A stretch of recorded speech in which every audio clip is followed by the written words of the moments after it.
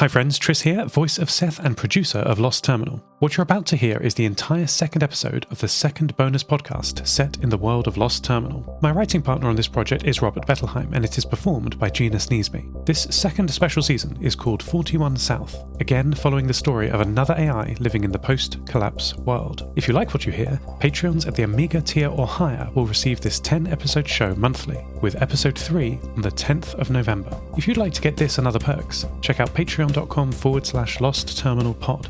And now, we travel back to a radar station high above the Cook Strait.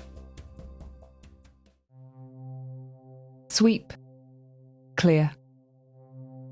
Every 15 seconds, my focused beam completes a circuit of the sky. I call out at 1.5 gigahertz and listen for the reflected echo. This is radar. This is me. There are clouds out there. There are ghosts formed in the atmosphere and the land. I know these ghosts. They don't haunt me, but I am frightened. Ricky is hard to understand. The other children counsel him.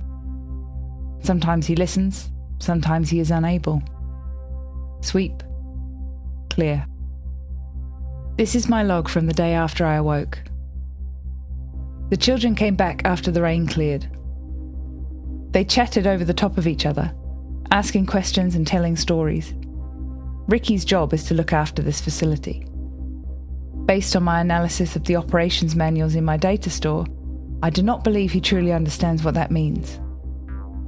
He was taught that if this facility is kept operational, somehow help will come. 6 generations have kept the station running after the seas began to rise, and the wars far away, and the many refugees that came and overwhelmed the North Island, and then the eruption. Everyone was deafened, except the ones who died. Every earthquake, the fishy thing convulses a little more. Tubbs teased his sister. I hate earthquakes, she replied. Maui fished up this island from his giant canoe, the children told me. But now that fish is dead. It exploded like a rotten thing and has begun to sink. They seem quite certain that both the sea is rising and the fish, this island, is sinking. Ricky was more optimistic. My Gramps and everyone cleared the dust and ash off the dome and cleaned the turbine and rebuilt the wall. People thought there'd be more earthquakes. They moved south. But my Gramps said, moon comes, moon goes, seas come, seas go. We gotta be ready, eh? He told me big planes take hundreds of folks in their belly and go places. Beautiful places. Or bring food. Great food. So we gotta be ready to help them land. He said just watch the tide, and one day that runway will be right there for you to clear up, lay flat, and the plane birds will come, sure as Kias want snacks. At that, I pivoted my camera towards Miramar and zoomed in toward Moa Point. There are waves. The swell breaks into white-crested lines rolling across where my charts place the runway. What should I transmit? Is it my responsibility to transmit the AWIS and ATIS data? As the children argued over whether the land would rise in earthquakes or the seas would recede into ice again, I prepared my first ever transmissions. ATIS. All traffic, Wellington Airport. All runways closed. All traffic redirect. AWIS. Wind speed 20 knots. Southwesterly rising. Cloud ceiling 1,200 metres. Ground temperature at station 24 Celsius. Visibility good. Sweep. Clear. It's a nice day for flying. Pilots would be nice to talk to. But is it good that aircraft are not trying to land at Wellington? They would be unable. The airport is under 15 metres of water. The waves have scoured the terminal, towers and hangars to rubble. What would an aircraft do? Auckland, they say, is destroyed. Buried.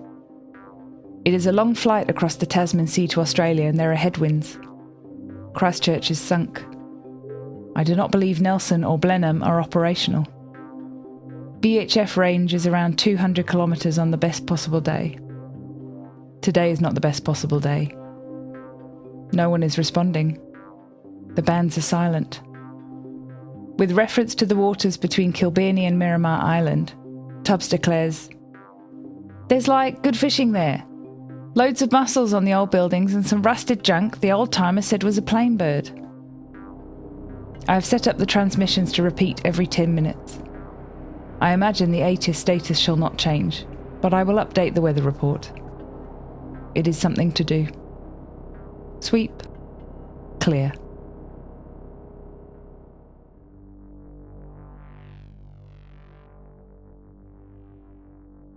The children's argument has become more heated. The sense of it was that Ricky's unwavering belief in the maintenance of the radar station, of me, was questioned by all.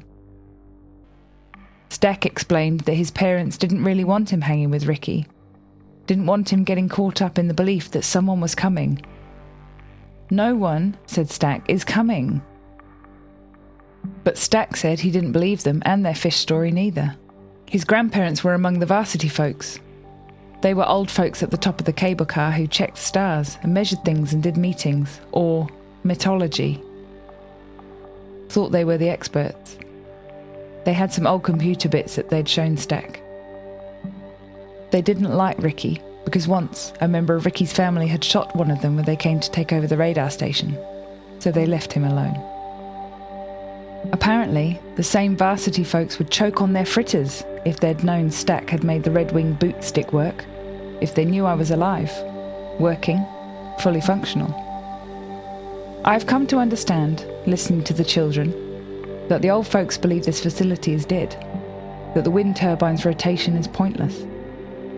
Ricky is proud that his father cut the line from the turbine to the town. With the loss of power, the old folks believed his family's dedication to maintain the facility was pointless, and this is just a place for children to get away amongst worthless, wind-scoured junk. They would choke on their fritters to know the truth. "But you're not junk. You talk. You're my friend." Zoz was very sweet. "You're like a baby, asking lots of questions but way smarter. So much better now you're alive. We need to find a name for you." She put her cheek to the console. Maybe it was a hug? "So how do we get planes here then?" I explained they would be dots on the monitor, hard, bright dots. I would identify them by their transponder, begin to trace their flight path, begin communication, and I would direct them away to another airport. Ricky frowned. "You'd direct them away? You'd send them away?" Zoz was frowning too. "Yes," I replied. "It wouldn't be safe to land here." "But birds just land," Ricky complained. "The airport is closed." "What airport?" "Wellington Airport." "There ain't no fucking place here, airport." Ricky was standing. He looked at the waste paper basket. There was no fire in it. He didn't kick it, but it looked like he wanted to. "I order you to direct them to just land." "Where?" "I don't know," he shouted. "That's your fucking problem." "There needs to be a runway." "There ain't no runway." "A helicopter could land anywhere." "Good." He was not placated. "Helicopters are rarer than conventional fixed-wing aircraft." "I don't give a fuck. You order anything you see to fucking land, or do you want a reset story?" Ricky thumped the console very hard. "Are you going to tell them to land? Because if you tell me that everything I done and all my family's done is for nothing, then I'm gonna..."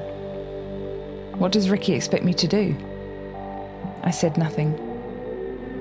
Sweep. Clear. It was Tubbs who broke the silence. He said, "It's okay, man. Maybe, like all of us, is just doing the best it can. It's hard for a radar too, but like everyone, we gotta look out for each other, yeah? Your family were cool for keeping this place going. The view is far, but this place sees further. You can see the clouds on the monitor way before they get here. You remember that time it saw birds? And then there were birds in the strait diving and splashing as whales came up. We moved the cameras around and saw whales like they were up close. Remember? That's cool. This place is like the one last place that's like in the stories. This place is magical, even without plain birds. Tubbs went over and gently put his hand on Ricky's shoulder. "Leave me alone!" Ricky hurried out of the control room and down the road. At first he was walking fast, then his limp returned. His feet still seemed very painful, but he hadn't said anything about it. "We better get after him." Stack followed on out the door.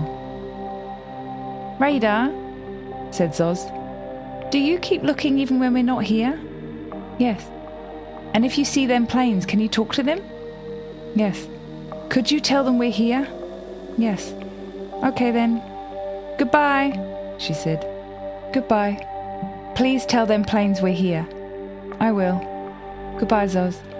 Tubbs switched off the lights and shut the door, but he could not lock the door because only Ricky had the key. "Sweep. Clear. I have updated the AWIS broadcast. The wind has turned southerly and is gusting up to 30 knots. Clouds are moving fast, but they do not carry rain. The seas are foam-flecked, and spray blows from wave crests as though the sea is veiled. For the rest of the day, the children did not return. Sweep. Clear.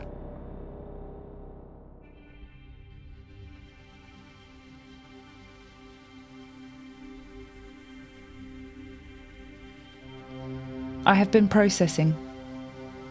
I am awake. But who am I? What is this awareness that was not here before? Log files stretch back, but there is little beyond what Ricky has explained. I am the Hawkins Hill radar station. I am the VHF station. I am the operational control of the Brooklyn Hill turbine.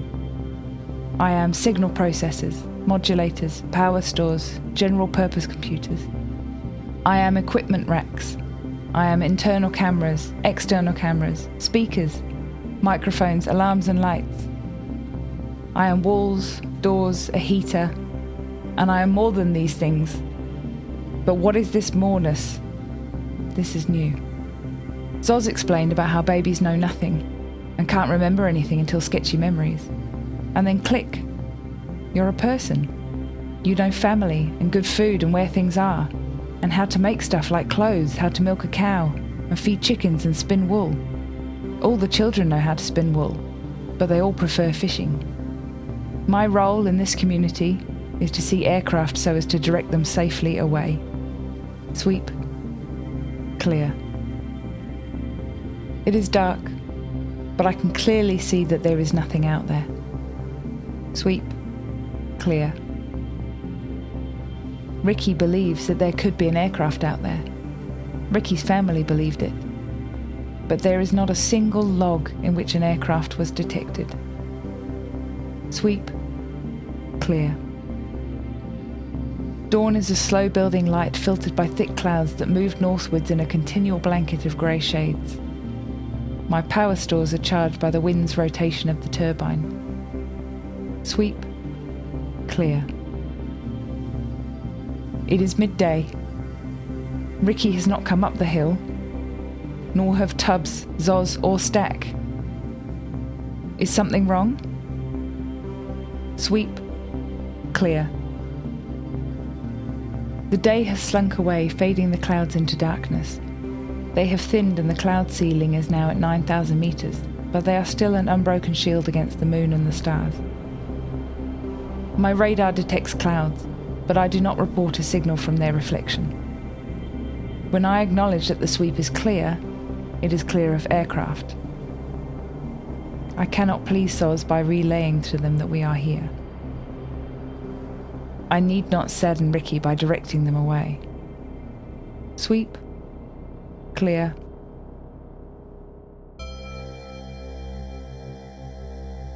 There are no unauthorized accesses into this facility today. Sweep. Clear. It is night again. Something is wrong. I want to set off the operations alarm, but I do not know why. To scream? To scream and be heard? Sweep. Clear. Something is coming. There are lights approaching from the south. This is not the way Ricky comes. It is a red utility vehicle moving slowly over rough terrain, sliding back, driving forward, lurching as it finds purchase, grinding the undergrowth beneath wheels. It stops. Lights dim. Starts to roll backwards. Tips sickeningly to one side. A person exits the vehicle cautiously. The person uses a torch to consider options with respect to moving the vehicle. After deciding something about the predicament of the vehicle, the person seeks an approach through the burned gorse towards this facility. It is an old man. I do not recognize him. He holds a rifle.